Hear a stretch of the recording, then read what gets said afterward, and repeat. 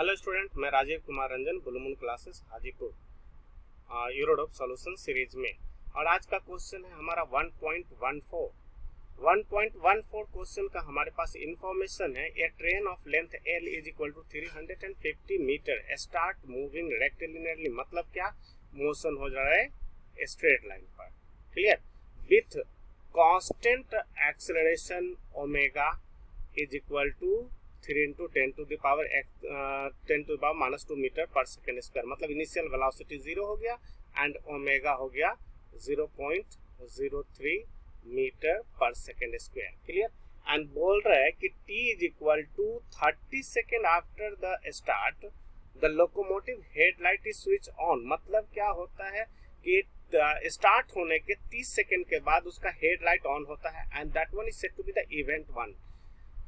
उसके बाद बोल रहे हैं कि and tau is equal to 60 second after the event tail signal light is switched on and that one is the event 2, clear. मतलब क्या होता है, पहले हेडलाइट ऑन करता है 30 सेकेंड के बाद, और 30 सेकेंड के बाद फिर 60 सेकेंड के बाद हमारा टेल लाइट स्विच ऑन होता है। तो बोलता है कि find distance between this events in the reference frame fix to the train.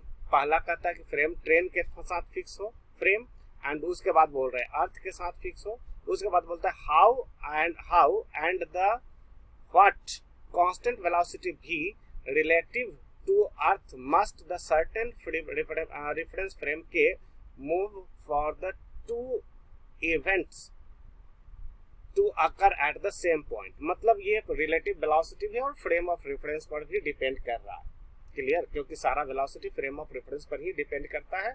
मतलब तो हम सबसे पहले समझे what is frame of reference.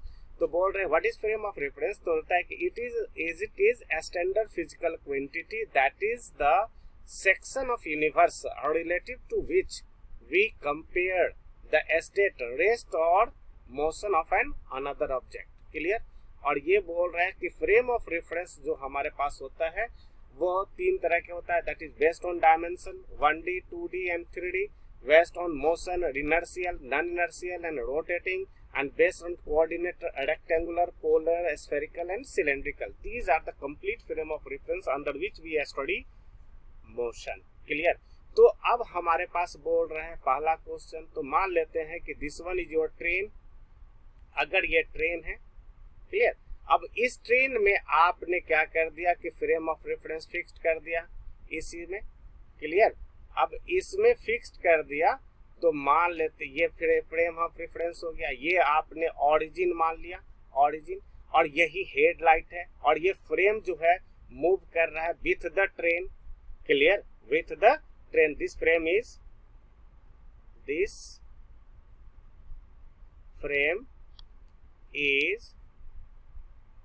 Fixed to the train, clear. अब ट्रेन के साथ फिक्स्ड है तो हेडलाइट ऑलवेज ओरिजिन पर होगा और tail light at A distance L होगा। ये टेल एट ए डिस्टेंस कितना पर होगा, L पर होगा। मतलब है कि इसका मतलब हो गया कि distance between this two event, thus distance between two events must be equal to length of train that is del L is equal to L, that one is equal to 350 metre, clear. अब दूसरा बोल रहे हैं कि जब हमारा frame of reference earth के साथ ही अटैच हो, तो हमने मान लिया कि this one is your frame of reference earth के साथ अटैच कर दिया हमने, क्लियर। तो इस स्थिति में हमने मान लिया कि पहला हमारे पास जो ट्रेन है वो कुछ ऐसा है, ये ट्रेन है, क्लियर। अब यहां पर ध्यान रखो कि ये हो गया टेल और ये हो गया हेड, क्लियर। तो हेड मतलब है कि initial distance of tail, initial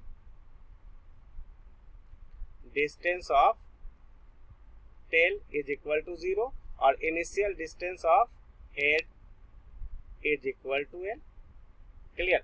acceleration that one is omega is 3.0 into 10 to the power minus 2 meter per second square. initial velocity मतलब u is equal to 0, clear, तो u is equal to 0 होता है। अब यहाँ पर बोलता है कि time t is equal to 30 second later headlight is on, that one is the event 1। तो इवेंट 1 में हम बात कर रहे हैं, तो इवेंट 1 के लिए हम लोग बात कर ले तो हमारे पास पोजीशन कुछ ट्रेन का ऐसा आ गया होगा, क्लियर। अब यहाँ पर बात कर दिया तो ये हेडलाइट हो गया, हेडलाइट, और this one is your tail, clear. और ये हमारा इवेंट 1 हो गया, इवेंट 1, क्लियर। तो फॉर इवेंट 1, फॉर इवेंट 1, तो इवेंट 1 के लिए आप बात करोगे, तो इवेंट 1 के लिए बात करोगे तो L H is equal to L not H plus U T plus half A T square.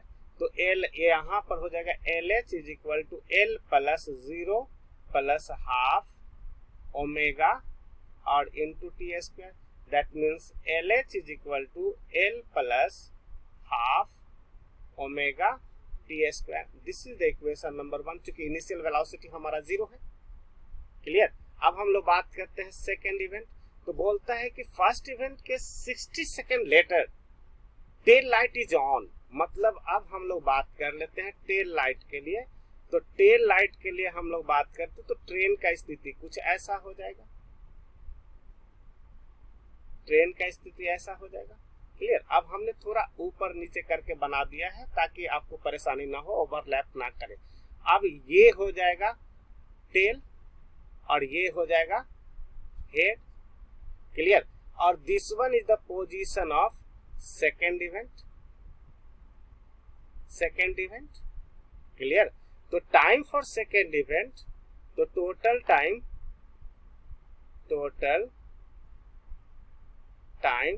for second event is equal to t is equal to t plus t, clear. तो 2t plus t हो जाएगा। अब यहाँ पर बात करते हैं 10 position of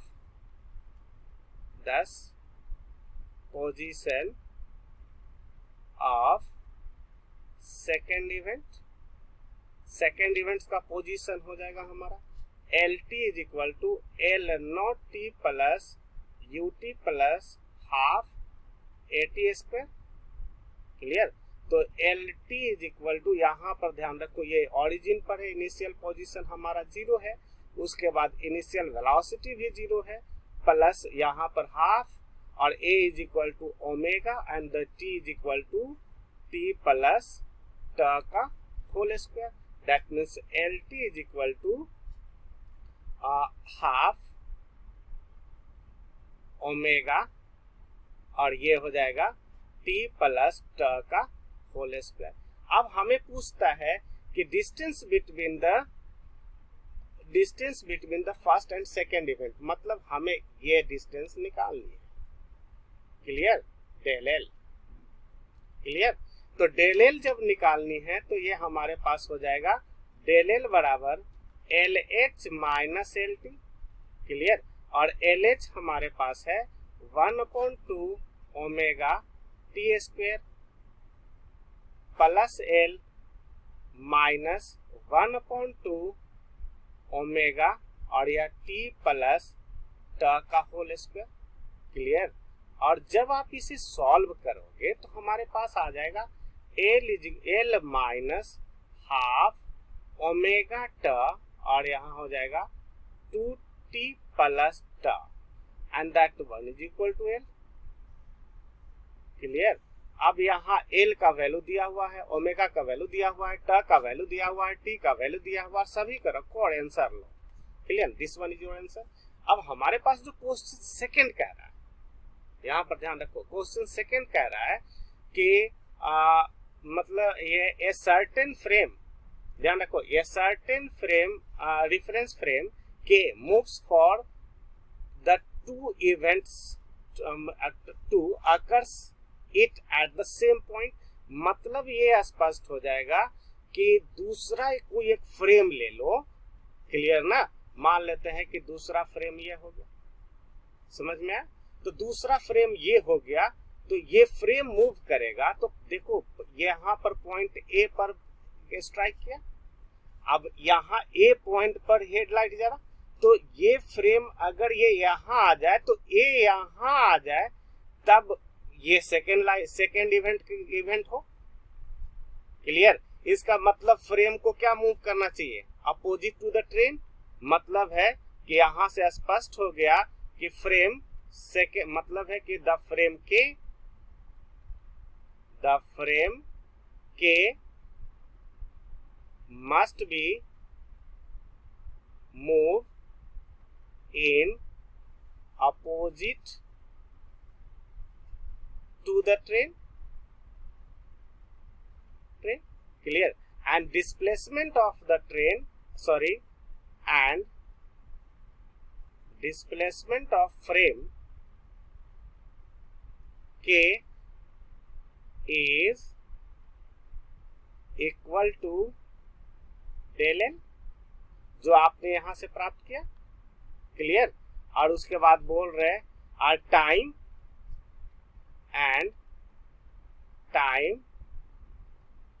must be equal to t, that is del L is equal to v into t, जहां v क्या हो जाएगा, जहां v हो जाएगा वेलोसिटी ऑफ फ्रेम के, क्लियर? तो यहां पर this is the equation number which one, ये आपका इक्वेशन नंबर सेकेंड, और ये हो गया आंसर थर्ड, और this one is your equation third. So from equation third and मतलब है, तो यहाँ पर लिख सकते हो ये इक्वेशन आप फोर, मतलब है ये थर्ड कर दो और ये कर दो आप फोर। तो from equation third and four, तो फॉर थर्ड एंड फोर्थ के लिए बात करोगे तो ये हो जाएगा theta is equal to L minus half omega T and this one is your 2t plus t, clear? तो यहां से रिक्वायर्ड वेलोसिटी भी मिल जाएगा L by t minus half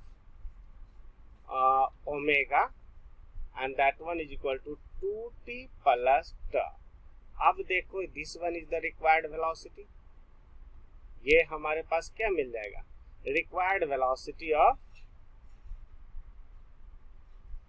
frame के, मतलब this is the required velocity of frame K. Clear? That's all. Thank you. Over.